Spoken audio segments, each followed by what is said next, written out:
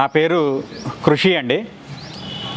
నేను శ్రీమద్ జగద్గురు మధ్వాచార్య గోవిజ్ఞాన కేంద్రం నుండి వచ్చాను. ఈ గోవిజ్ఞాన కేంద్రం స్థాపించి 12 సంవత్సరాలు అయిందండి. కరెక్ట్గా ఈ సంక్రాంతికి 12 సంవత్సరాలు పూర్తవుతాయి అన్నమాట. 13వ సంవత్సరాలకి వస్తాం. నేను ఒకప్పుడు మీలో చాలామంది లాగానే సాఫ్ట్వేర్ ఇంజనీర్ని. నేను ఉద్యోగం వదిలేసే సమయానికి నాకు నెలకి ₹1,00,000 ఇన్ హ్యాండ్ వచ్చేది. ఆ సమయంలో నేను ఉద్యోగం వదిలేసాను అన్నమాట. ఉద్యోగం వదిలేసి నేను 10 ఏళ్ళు అయిపోయిందండి. 10 సంవత్సరాలు కంప్లీట్ అయిపోయింది. అయితే ఉద్యోగం వదిలేసిన అతి తక్కువ కాలంలోనే వితిన్ 1 or 2 ఇయర్స్లోనే ఉద్యోగం నుంచి వచ్చే ఆదాయాన్ని నేను మర్చిపోయాను. దానికన్నా ఎక్కువే సంపాదించడం మొదలుపెట్టాను. ఈరోజు శ్రీమద్ జగద్గురు మధ్వాచార్య గోవిజ్ఞాన కేంద్రం 2 తెలుగు రాష్ట్రాల్లో one of the best self sustainable గోశాల. ఈ 12 ఇయర్స్లో నేను ఎవరిని ఒక సింగిల్ రూపీ డొనేషన్ కూడా తీసుకోలేదు, అడగలేదు, తీసుకోలేదు. తీసుకోవడం తప్ప అది అలా ఏం కాదు. తీసుకోకూడదని ఒక ఇది పెట్టుకున్నాము. అలా తీసుకోకుండా రన్ చేసాం. మన గోశాల కేంద్రంగా 60 మందికి ఎంప్లాయ్మెంట్ జనరేట్ చేసామండి. Direct employment. ఇండైరెక్ట్గా చాలామంది ప్రయోజనం పొందుతున్నారు. డైరెక్ట్గా 60 మందికి ఎంప్లాయ్మెంట్ జనరేట్ చేయగలుగుతున్నాం. గ్రామంలో మహిళలు 30 మంది మన గోశాల కేంద్రంగా ఉపాధి పొందుతున్నారు. ఇది నా పరిచయం. నేను ఇలా ట్రైనింగ్స్, ఇది 20వ ట్రైనింగ్ ప్రోగ్రాం. ఇది కాకుండా వేరే వేరే సంస్థల ద్వారా కానివ్వండి, వేరే వేరే ఆధ్యాత్మిక కేంద్రాల ద్వారా కానీ నేను యావత్ భారతదేశంలో అన్ని ప్రత్యక్షంగా మీలాంటి వాళ్ళని కలిపి కూర్చుని సుమారు నేను 5,000 మందికి ట్రైనింగ్ ఇచ్చాను ఈరోజు వరకు.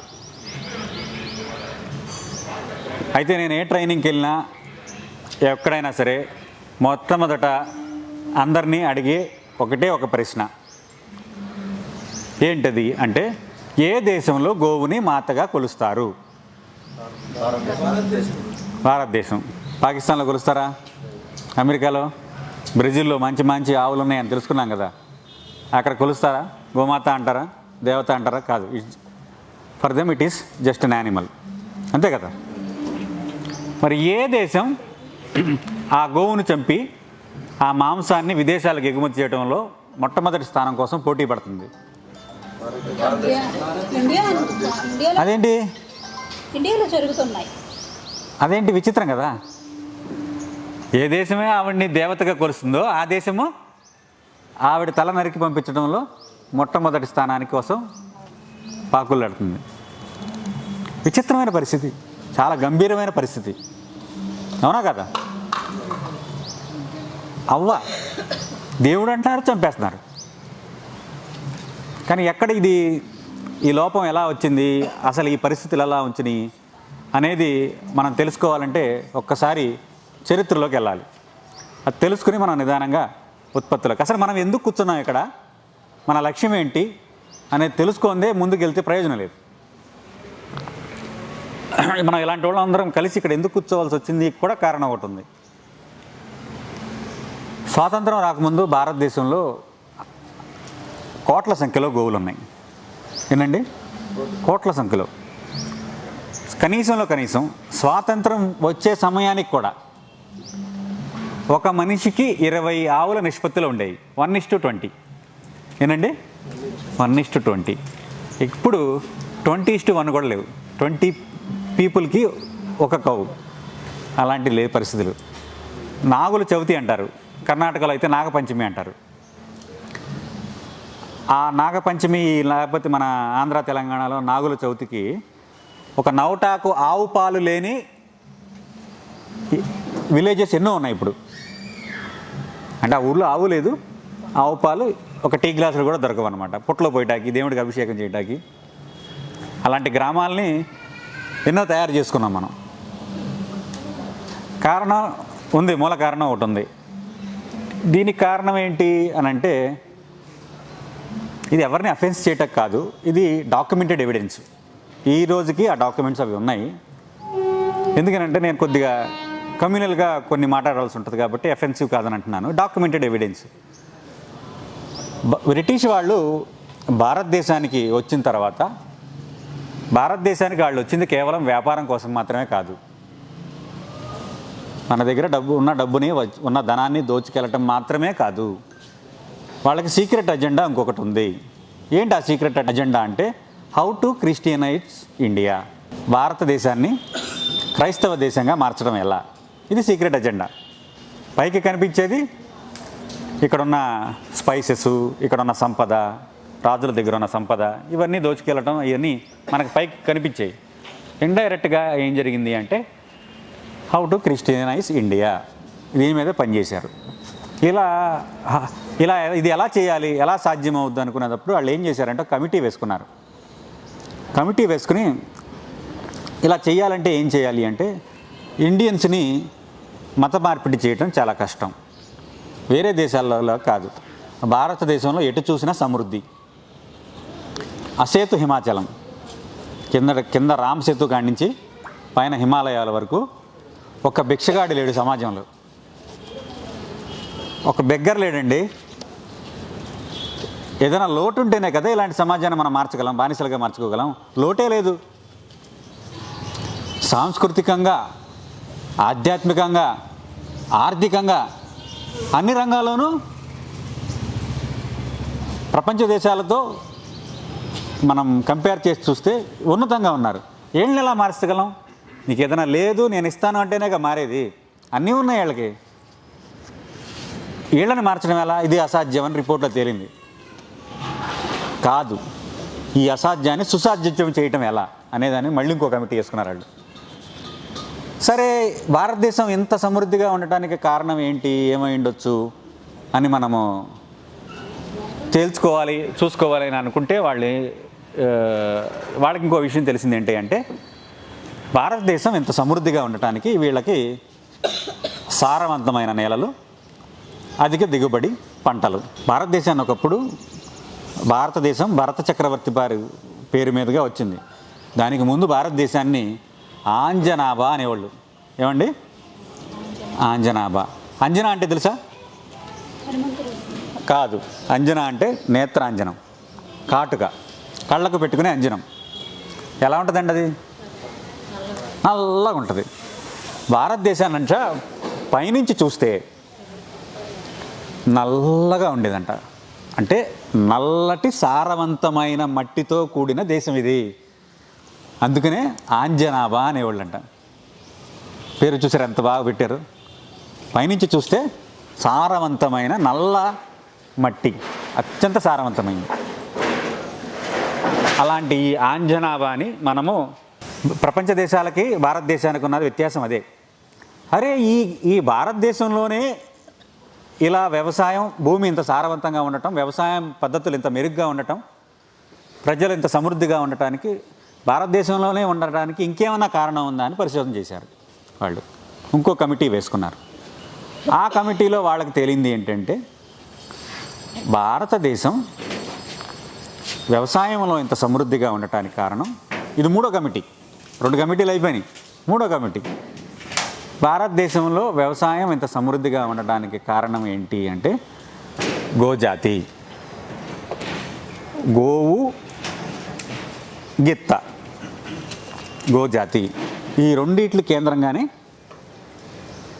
భారతీయుల వ్యవసాయం ఉంది. భారతీయుల వ్యవసాయం పాడి, పంట, రెండు ఒకదాని మీద ఒకటి ఆధారపడి ఉన్నాయి.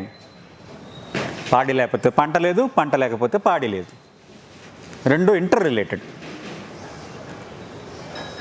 అందులోనూ వ్యవసాయానికి అన్ని పనులకిను గిత్తలు కావాలి, నేలని సారవంతం చేసుకుంటాకి ఆవులు కావాలి. ఇలా రెండు ఇంటర్ రిలేట్ అవ్వటం వల్ల భారతదేశంలో వ్యవసాయం సమృద్ధిగా ఉంది, నేల సారవంతంగా ఉంది. మనిషికి దేవుడిచ్చిన అత్యద్భుతమైన మట్టి ఏదైనా అని అడిగితే ఏంటిదండి అత్యద్భుతమైన మట్టి? అదంటే ఆవు పేడ. ఆవు పేడను తీసుకొచ్చి ప్రపంచంలో అత్యుత్తమైన మట్టి ఏదైనా అంటే ఇది అని చెప్పాలి మనం. అది అత్యధిక సారవంతమైన మట్టి అన్నమాట. అది ఒక రంగా అది ఆయుర్వేద శాస్త్రంలో కూడా ఇదే చెప్పారు. అది పృథివీతత్వం, గోమయం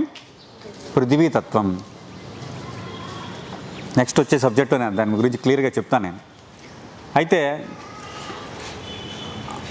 ఆవు పేడ అత్యంత సారవంతమైంది. ఆ ఆవు పేడని, గోమూత్రము ఇలాంటివన్నీ వినియోగించి, గోజాతి ఎద్దుల్ని వినియోగించి వ్యవసాయం సమృద్ధిగా ఉంది. కాబట్టి ఈ గోవుల్ని, గిత్తల్ని, ఈ గోజాతిని భారతీయుల వ్యవసాయ విధానంలోంచి దూరం చేస్తే కానీ భారతీయుల వ్యవసాయ విధానం పాడవదు. భారతీయ వ్యవసాయ విధానం పాడైతే ఆర్థికంగా దెబ్బతింటారు. ఆర్థికంగా దెబ్బతింటే వాళ్ళకి లోటు వస్తుంది. లోటు వస్తే ఏం చేయొచ్చు? లోపపరచవచ్చు. నీ లోటుని నేను తీరుస్తా, నా దేవుడు తీరుస్తాడు రా అని అడగచ్చు. ఆ రోజు అలా పక్కాగా స్కెచ్ చేసుకుని మొదలుపెట్టారు. అప్పుడు వాళ్ళు ఇలా పని ప్రారంభించిన తర్వాత కూడా కొన్ని కోట్ల సంఖ్యలో గోవుల్ని హత్య చేయడం మొదలుపెట్టారు. కబేళాలు ప్రారంభించారు వాళ్ళు. కబేళాలు ప్రారంభించి కొన్ని కోట్ల గోవుల్ని సంహరించారు. అయినా భారతదేశంలో గోవులు సంఖ్య తరగట్లేదంట. అరే ఏంటి ఎన్నని చంపుతున్నాం, ఎన్ని తింటున్నాం, ఇదేంటి తరగట్లేదు అని మళ్ళీ ఇంకో కమిటీ వేసుకున్నారు. ఎంతసేపు కమిటీలు అనమాట. కమిటీ వేసుకుంటే ఇంకొకసారి ఏం తేలింది అంటే, గోవుని కాదు మనం చంపాల్సింది, గోవుని కాదు గెత్తని చంపాలి. గెత్తని చంపితే గోవు వృద్ధి ఆగిపోద్ది, సంవర్ధన ఆగిపోద్ది, అభివృద్ధి ఆగిపోద్ది. గోవులు పుట్టవు కదా.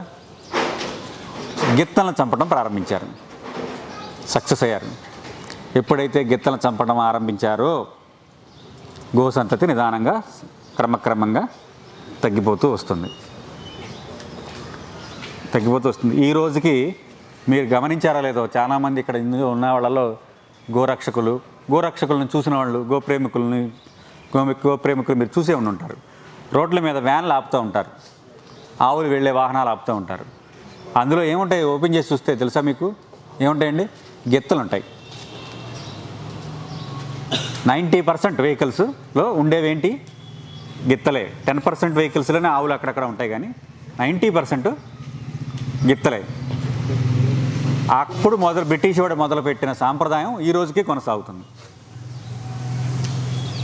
సో ఆడనుకున్నది సాధించాడు. మన వ్యవసాయ విధానం నుంచి గోవుని తీసేశాడు. బానిసలుగా మారిపోయాం. కేవలం ఆర్థికంగా వెనకబడటమే కాదు, మన సాంస్కృతిక వైభోగాన్ని కూడా. ఎందుకంటే ఆవు మనకి ఆధ్యాత్మికత. ఎప్పుడైతే ఆవు చంపబడుతుందో మన ఒక రకమైన న్యూనతలోకి వెళ్ళింది ఆధ్యాత్మికత కూడా. బ్రిటిష్ వాళ్ళు రాకముందు కూడా ఆవుల్ని చంపడం మొదలుపెట్టారు. పాషాండులు ఉన్నారు కదా, ఎడారి మొత్తం వాళ్ళు వచ్చి ఏకంగా మన దేవాలయాల్లో చంపి నరికి రక్తాలు పోసేవాళ్ళు. సో ఈ ఆవును చంపడం వల్ల కూడా సాంస్కృతికంగా ఖిన్నులయ్యారు. మన దేశ సంస్కృతి సాంప్రదాయాలు గొప్పవని నమ్మడం మానేశారు. ఈరోజు మనం అందరం ఇక్కడ ఉన్నామే కానీ సగం క్రైస్తవులమే మనం. ఎందుకంటే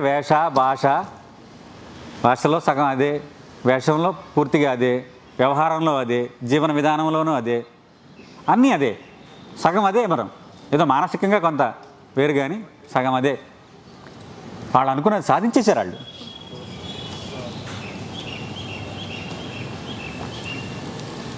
కాకపోతే అప్పుడు గోవులు విడిపోయినాయి. భారతీయుల నుంచి గోవులు విడిచేశారు.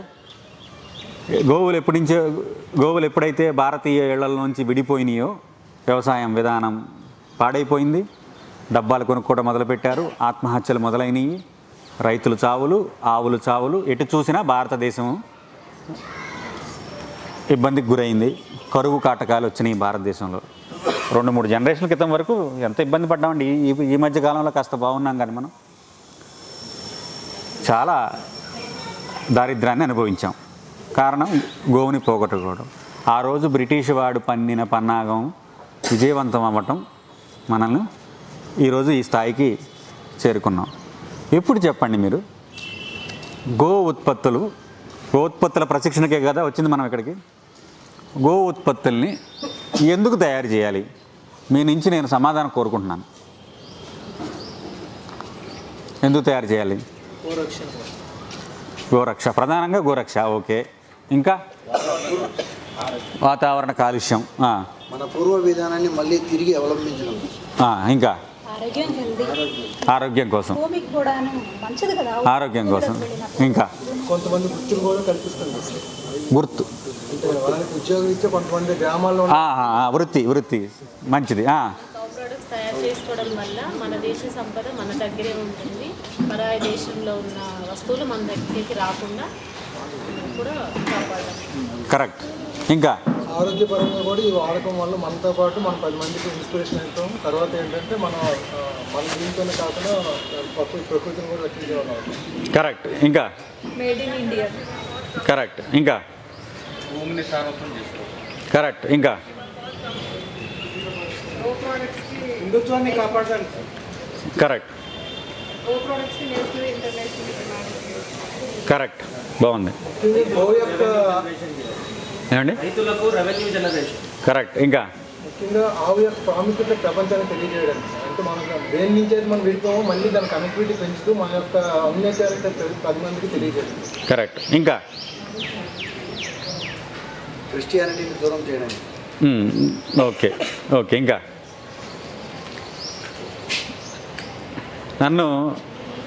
నాకు ఇలా నేను భారతదేశంలో చాలా చోట్ల తిరిగి నేర్చుకున్నాను. నువ్వు ఎందుకు ఈ ప్రోడక్ట్లు నేర్చుకుంటావని నన్ను ఒక ఆయన గురువు గారు అడిగాడు. ఒక ఆయన నాకు కొన్ని నేర్పిన ఆయన. నేనేం సమాధానం చెప్పాను తెలుసా అండి? నాకు నెలకు 50,000 రూపాయల సంపాదన కావాలని చెప్పి నేను మోసం చేసుకోవాలా, ఏదో కన్వీనియంట్ ఆన్సర్ ఇచ్చి ఆయన మెప్పు పొందాలనుకోవాలా. చాలామంది చాలా ఆన్సర్లు చెప్పారు. నాకు నెలకి 50,000 కావాలని చెప్పాను నేను. అందరూ ఆన్సర్లు చెప్పారు, నా ఆన్సర్కి ఆయన మెచ్చుకున్నాడు. ఎందుకని? దీనికి కారణం ఏంటి అంటే 50,000 ఎందుకనంటే చాలామంది ఇప్పుడు గోశాలలో గోవులు ఉన్నారు కదా, చాలామంది చూస్తున్నాం కదా మనం.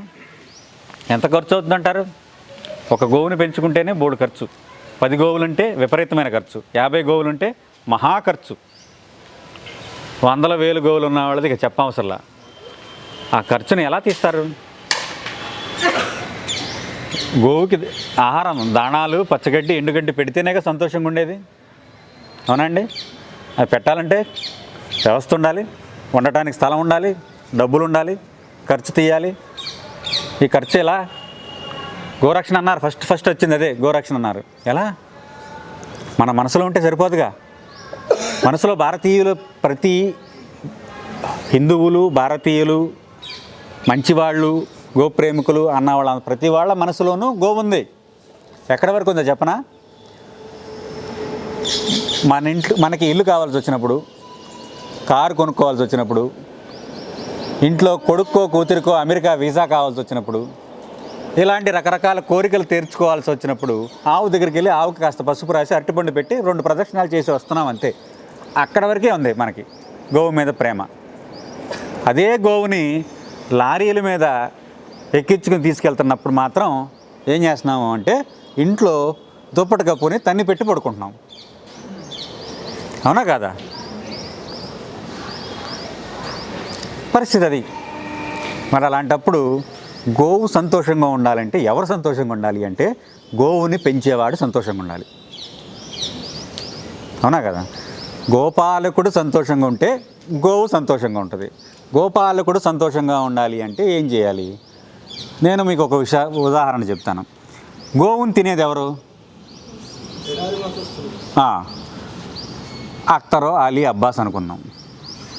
గోవుని అమ్మేది ఎవడు? మన వెంకటేశ్వరరావు, మన సుబ్బారావు. అవునా కదా? అవునా కదండి? గోవుని అఖ్తరో అలీ అబ్బాస్కి ఎవరు అమ్మారు? మన వెంకటేశ్వరరావే అమ్మింది, మన సుబ్బారావే అమ్మింది. ఇక్కడ ఎవరిది తప్పు? తినేవాడిది కాదు తప్పు, అమ్మేవాడిది తప్పు. మరి ఇది తప్పు ఎందుకు అయింది అంటే చేతకానితనమైంది. ఎందుకనంటే అసమర్థత తోడైంది. ఆవు నుంచి ఆదాయం తీయట్లేదు, భారం అయిపోతుంది.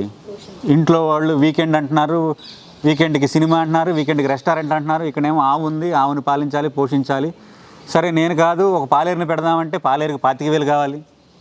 10,000 చేసే రోజులు పోయినాయి. అవునా కదా?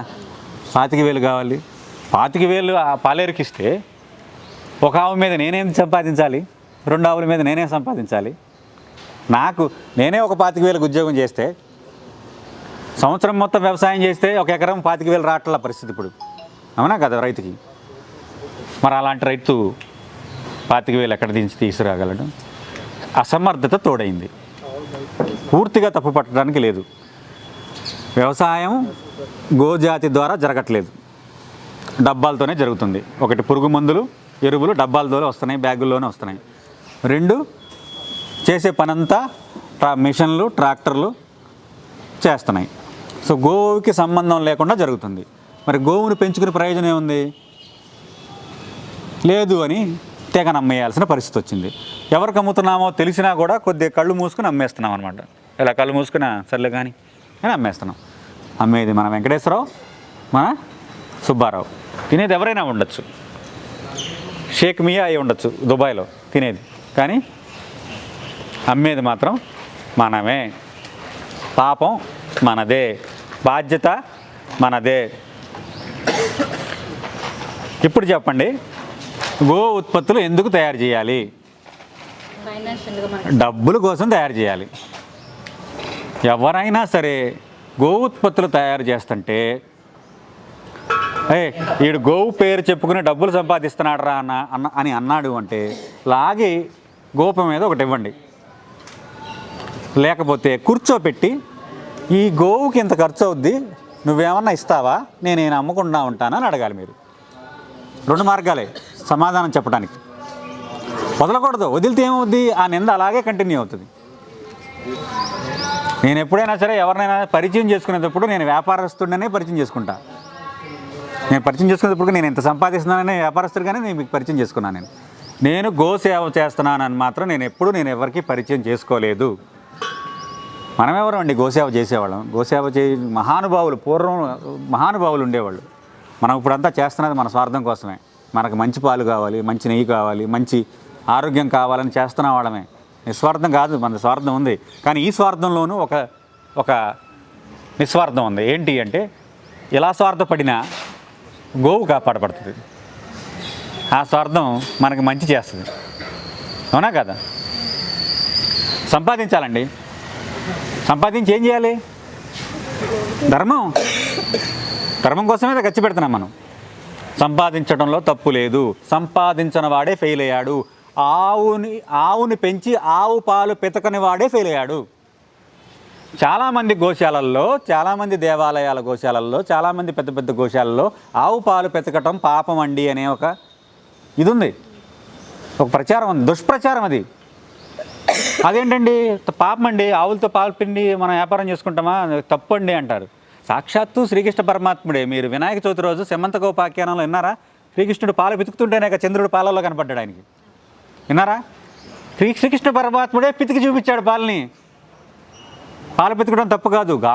గోవు విశ్వానికి మాత్రం అని చెప్పాడు ఆయన. కేవలం వత్సకే, దూడకే కాదు, మనందరికి కూడా పాలు ఇవ్వడానికి వచ్చింది ఆవిడ. పాలు పితకడం తప్పు కాదు. పాలు పితుకునోడే పాడయ్యాడు. పాలు పితుకునోడే ఆవును పాడు చేశాడు.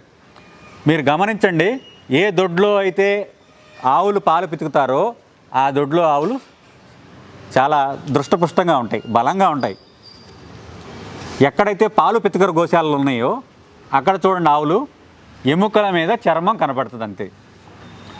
ఏ ఆవుకైతే పాలు పితికి వినియోగించుకుంటామో ఆ ఆవే ఆరోగ్యంగా ఉంటుంది. కావాలంటే మీ అందుబాటులో ఉన్న మీ ఊర్లలో అందుబాటులో ఉన్న వెటర్నరీ డాక్టర్ని నేను అడిగిన ప్రశ్నని మీరు అడగండి ఒకసారి. ఇలా కృషి గారు చెప్పారు, ఈ మాట నిజమా కాదా? ఆవు పాలు పితికితేనే ఆరోగ్యంగా ఉంటుంది, పితకపోతే ఆరోగ్యం పాడవద్దని. నిజం. ఆవు పాలు పితకాలి, తీయాలి. సరే, మధ్యాహ్నం పూట మనము వీలున్నప్పుడు పాల గురించి నేను వివరంగా విస్తారంగా చెప్తాను. ఇక్కడ వరకు మీకు బ్రీఫ్గా అసలు మనం ఏంటి అనేది ఒక లక్ష్యం అర్థమైంది. ఇప్పుడు మనం గో ఉత్పత్తులు ఎలా తయారు చేసుకోవాలి, వాటి జాగ్రత్తలు, వాటి గురించి మనం ఒక స్టెప్ బై స్టెప్ ముందుకు వెళదాం. మరిన్ని అప్డేట్స్ కోసం బ్యాక్ టు రూట్స్ యూట్యూబ్ ఛానల్ని సబ్స్క్రైబ్ చేసుకోండి.